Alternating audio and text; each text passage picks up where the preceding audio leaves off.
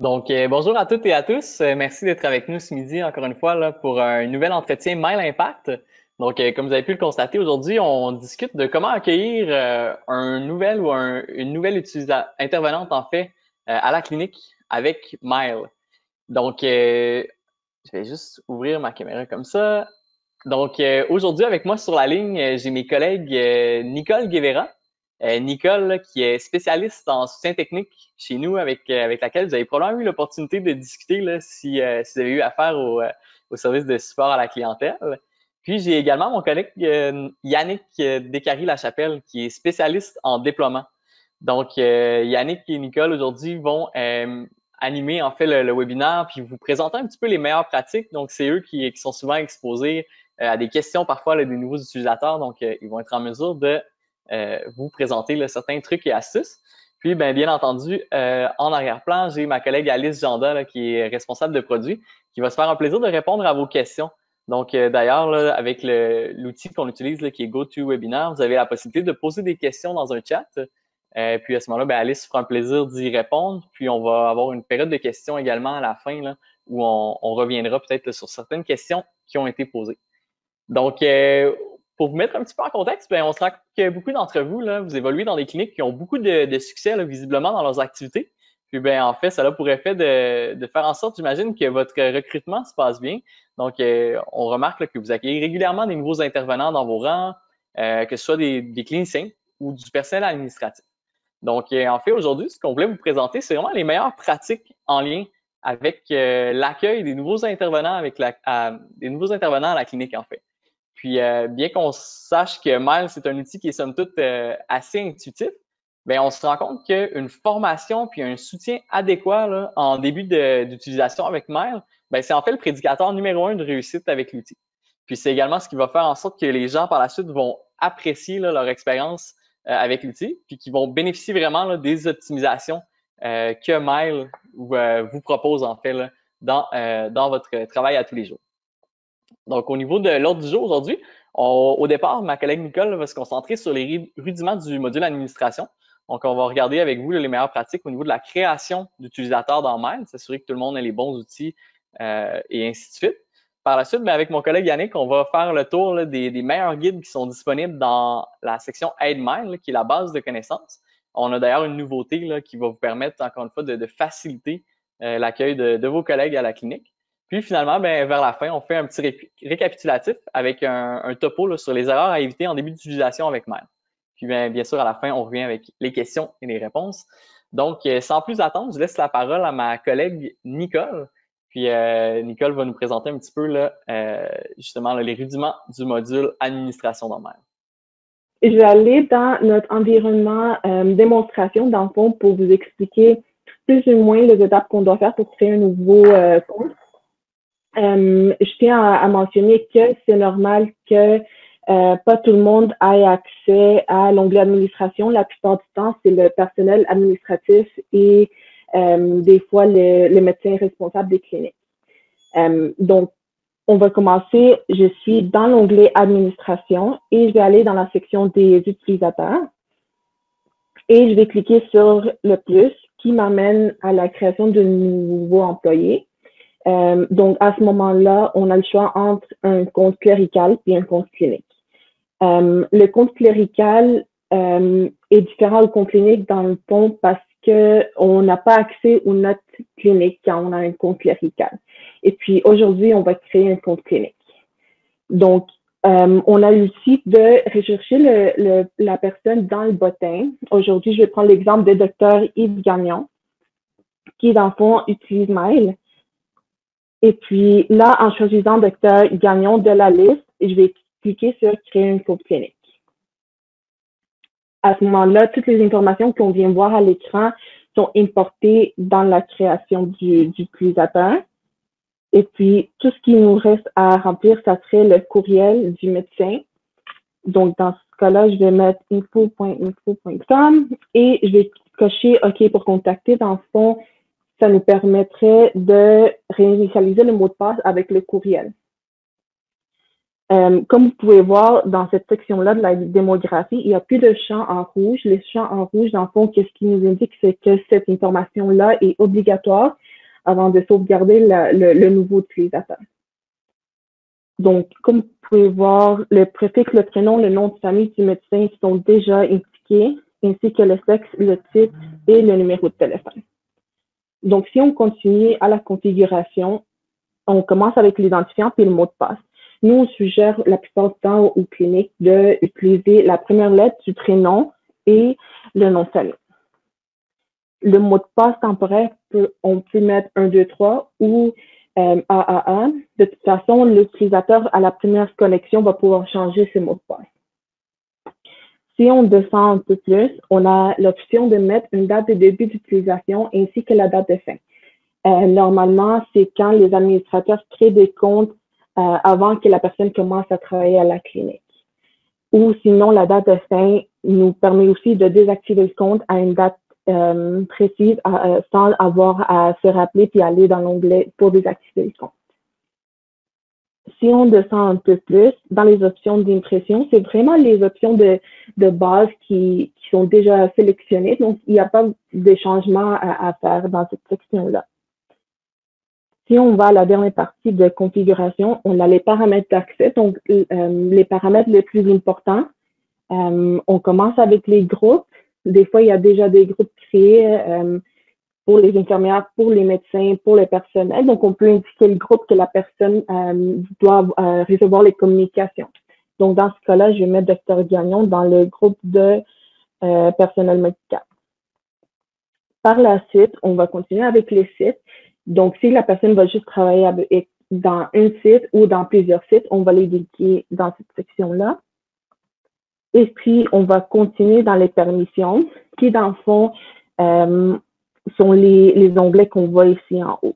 Donc, normalement, pour un médecin, on donne le calendrier, les patients, les communications, les documents et les résultats, tout dépendamment du rôle. Si le médecin, c'est un médecin responsable, possiblement qu'il va avoir accès à administration ou d'autres onglets aussi. Si on descend un peu plus, on arrive au service et combos. Donc, dans le fond, ce qui nous permet de créer de notre clinique. Donc, si je clique sur ajouter de nouveaux services combos, je peux filtrer selon le site ou selon la spécialité du médecin. Donc, pour Dr Gagnon, comme il va travailler uniquement au site A et B, puis c'est un médecin de famille, donc je vais choisir le site qui, dans le fond, appartient au site A avec la spécialité de médecin de famille.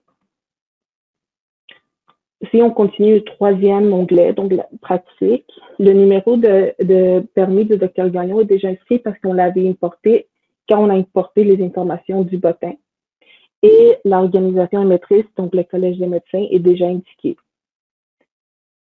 Si on continue, dans la section de la facturation, Mail permet présentement de facturer avec facturation.net ou avec FMP. Normalement, la clinique nous demande d'ajouter l'information du intervenant pour qu'il puisse facturer. Si on continue à la dernière partie de la création, donc dans les outils, on a l'option de partager les résultats. Donc, nous, on suggère aux cliniques de toujours cocher cette option-là pour que les utilisateurs de la clinique puissent avoir accès aux résultats des médecins. Les messages et les tâches partagées, c'est utilisé quand l'intervenant va partir en vacances ou il y a une secrétaire ou un autre professionnel de la santé qui doit avoir accès à ces communications. Si je descends un peu plus, on arrive à la section des PDF dynamiques, donc les formulaires. Et puis, on peut choisir parmi la liste les groupes de formulaires qu'on veut avoir. La plupart du temps, les cliniques nous contactent aussi pour copier les accès au PDF de quelqu'un de la clinique ou nouveau utilisateur.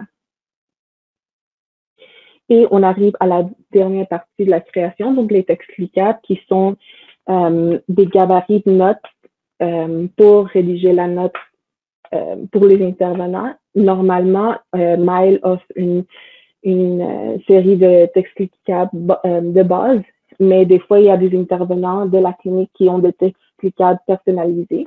Donc, on peut aussi importer tout est explicable d'un autre intervenant ou sinon, on a aussi l'option d'importer certaines sections de la note. Tous ces changements de la section outils sont aussi trouvés dans chaque compte, dans l'onglet configuration. Donc, on a les mêmes accès à pouvoir importer les textes ou à partager nos résultats à partir de configuration.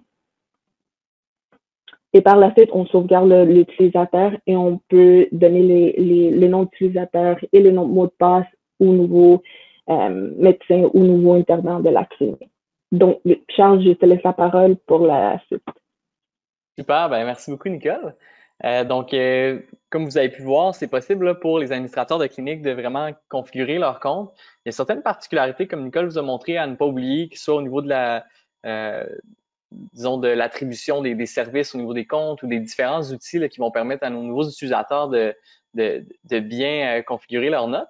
Donc, je vais encourager mon collègue Yannick à prendre contrôle de l'écran. On va juste faire un petit transfert. Donc, Yannick, toi, comme tu es spécialisé en déploiement, ben, c'est souvent avec toi que les gens ont affaire en début de projet là, pour la formation, pour se perfectionner avec l'outil de Mail.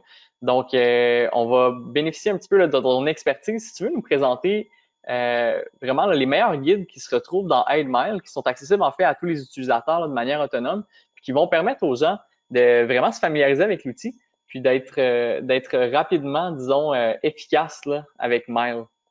Parfait.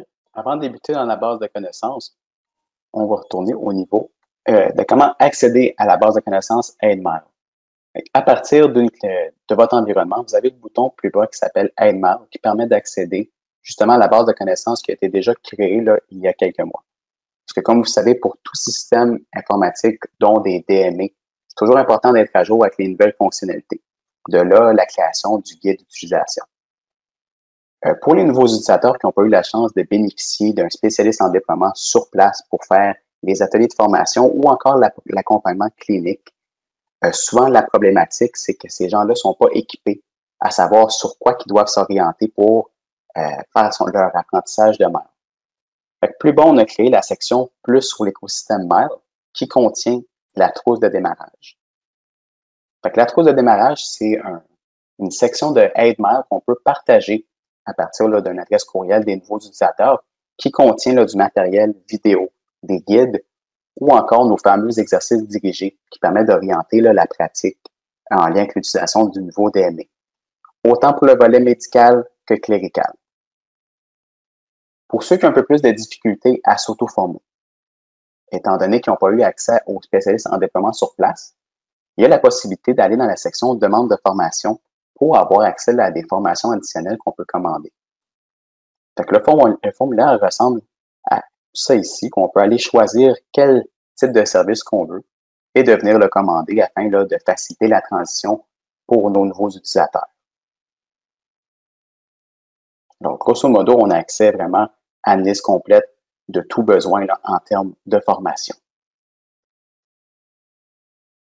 C'est ce qui conclut rapidement là, cette nouvelle trousse de démarrage qui est super simple à aller partager ou encore d'accéder à partir là, de AidMail.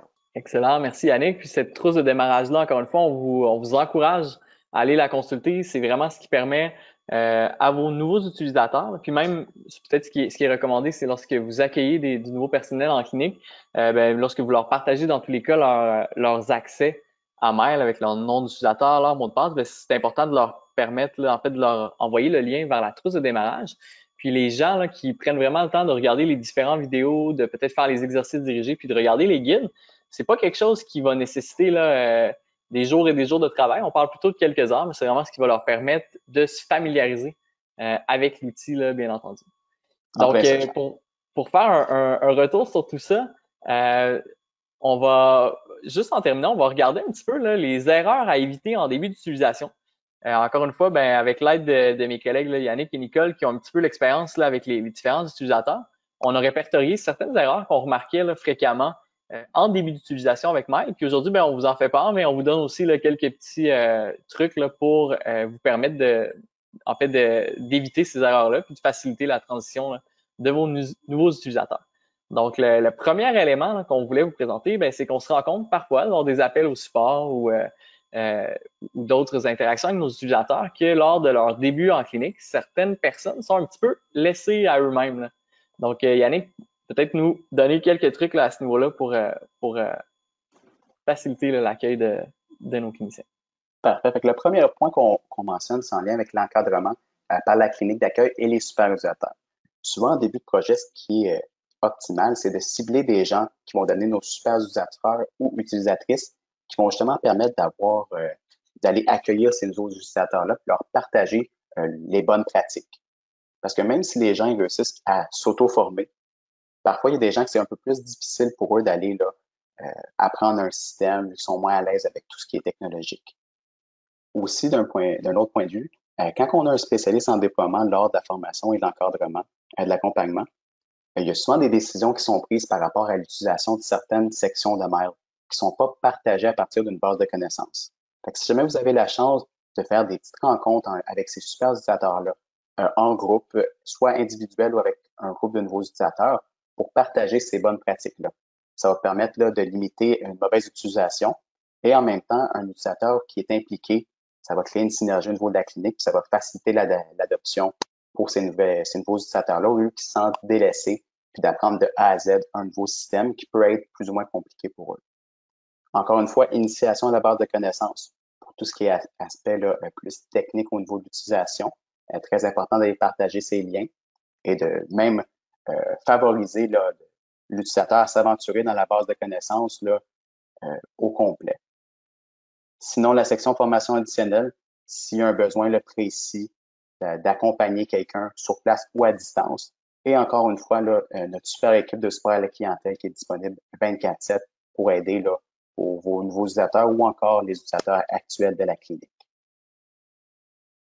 Excellent, merci Yannick. Puis en même temps, au niveau de l'encadrement, peut-être pour ajouter un point, on se rend compte que oui, Mail, c'est l'outil, puis il y a certaines fonctionnalités à apprendre, mais chaque clinique a un peu ses processus également, hein. Donc, un bon encadrement au départ va permettre non seulement de bien présenter Mail, ce qui peut être fait également de manière autonome, mais surtout vraiment d'encadrer l'utilisateur au niveau des processus qu'on a développés à l'interne. Donc, c'est super important. Sinon, on va passer à notre deuxième série d'erreurs à éviter là, en début d'utilisation. Puis, ça concerne beaucoup des questions de mauvaise configuration initiale des comptes utilisateurs dans Mail. Donc, peut-être le premier élément là, qui serait à mentionner, c'est au niveau de l'association des services au compte. Donc, Nicole, c'est quelque chose, je pense, que tu remarques souvent au support là, lors d'appels parfois là, de nouveaux utilisateurs. Les gens ne sont pas capables de mettre des notes. Exactement, Charles. Donc, beaucoup de fois, on a des appels, des nouveaux utilisateurs qui ne peuvent pas créer des notes cliniques. Et puis, c'est juste à cause du manque d'un service dans leur configuration. Excellent. Puis sinon, Yannick, un autre élément, je pense que généralement, toi, de votre côté, au niveau de l'implantation, vous configurez généralement en début de projet avec les utilisateurs, mais qui peut parfois être oublié là, par la suite. Je pense que c'est au niveau de la signature électronique, par exemple, puis de la configuration de la clé DSQ. Oui, tout d'abord, ce qui est important de savoir avec la signature électronique, c'est qu'elle permet plusieurs types de fonctionnalités en lien avec le fax web. Fait que si on n'a pas de signature électronique de configurer, on ne pourra pas faire nos envois de formulaires, d'ordonnances, et ainsi de suite. Fait que c'est important d'accompagner ces gens-là pour s'assurer qu'ils ont bien configuré leur signature et qu'ils l'ont ajouté dans leur configuration. Puis sinon, pour ce faire, il y a des guides qui sont disponibles dans la base de connaissances pour faciliter justement ces petits ajouts-là au niveau de la configuration. Même principe pour la clé DSQ. Si parfois ils ont des postes de travail qui ne sont pas équipés avec tout ce qu'il faut pour synchroniser à l'interface DSQ, parfois ça peut être important d'aller les accompagner pour s'assurer qu'ils puissent synchroniser leurs patients, importer leur labo DSQ, imagerie DSQ, ou encore d'importer toute la médication active. Merci Yannick. Puis Nicole, un autre élément aussi que tu remarques, je pense, au niveau du support, c'est que parfois les gens vont t'appeler puis ils n'auront pas accès à leur laboratoire, entre autres. Exactement. Donc, la plupart du temps, le personnel ne sait pas qu'il faut faire une demande de branchement selon la région pour que le médecin ou l'intervenant reçoive ses résultats directement dans Mail. Donc, c'est quelque chose que la clinique peut faire directement avec le technocentre ou qu'il peut nous communiquer, puis nous, on va faire la démarche pour eux. Excellent. Puis finalement, un élément qui est super important, Ben, c'est au niveau des outils là, qui sont disponibles pour les utilisateurs, au niveau de leur prise de notes, particulièrement au niveau des cliniciens. Donc, on parle de texte cliquable puis de formulaire. Donc, Nicole, encore une fois, j'imagine que les gens là, peuvent vous appeler au niveau du support, mais également, ils peuvent demander au niveau de leur personnel administratif là, en clinique de leur permettre d'ajouter ces éléments-là. Oui, donc la plupart du temps, les cliniques nous le demandent par courriel ou par téléphone, mais sinon, le personnel administratif peut aussi le faire à partir de l'onglet administration. Excellent. Donc, on va aller voir si on a reçu des questions. Je regarde au niveau de notre barre de questions. On va juste prendre un petit 30 secondes pour aller voir là, si on a des questions à répondre. Donc, je voyais ici, on avait une question. Est-ce que la nouvelle trousse de démarrage comprend les modules qui ont été ajoutés dans les dernières semaines? Donc, oui, en fait, on parle beaucoup, ben, on va parler des modules là, en fait, de FaxWeb et de portail patient. Je crois que les nouvelles fonctionnalités vont être mises à jour là, sur la trousse là, dans les prochaines semaines. Donc, suivez encore une fois peut-être le déploiement, mais je dirais du moins au niveau de la trousse de démarrage, c'est un premier pas qui va donner au moins un aperçu général là, des différentes fonctionnalités, puis ça va vous permettre un départ là, disons, en force là, de vos utilisateurs. Puis ça va être les mises à jour vont être ajoutées là, prochainement. Donc, est-ce qu'on a d'autres questions? Je pense que ça faisait le tour au niveau des questions. Donc, écoutez, c'était un court webinaire ce midi, mais ça nous permettait de vous présenter là, la nouvelle trousse de démarrage. Puis on espère que ça sera utile là, dans votre croissance future là, au niveau des cliniques puis de l'accueil de vos nouveaux collègues. Donc, on vous remercie beaucoup d'avoir participé encore une fois ce midi à notre entretien Mail Impact. C'est toujours un plaisir pour nous de vous présenter certains trucs et astuces, si on veut. Puis, ben, encore une fois, on vous invite à nous rejoindre sur les réseaux sociaux, que ce soit sur Facebook, LinkedIn ou Twitter. Ça nous permet de vous tenir au courant des nouveautés, des développements, puis de plein d'outils intéressants et de nouvelles fonctionnalités. Donc, merci d'avoir été avec nous ce midi. On vous souhaite une belle continuation au niveau de l'été. On espère que vous allez être en mesure d'en profiter. Puis, on se retrouve dans 2 semaines pour un prochain entretien de Mail Impact. Donc, merci beaucoup et bonne fin de journée.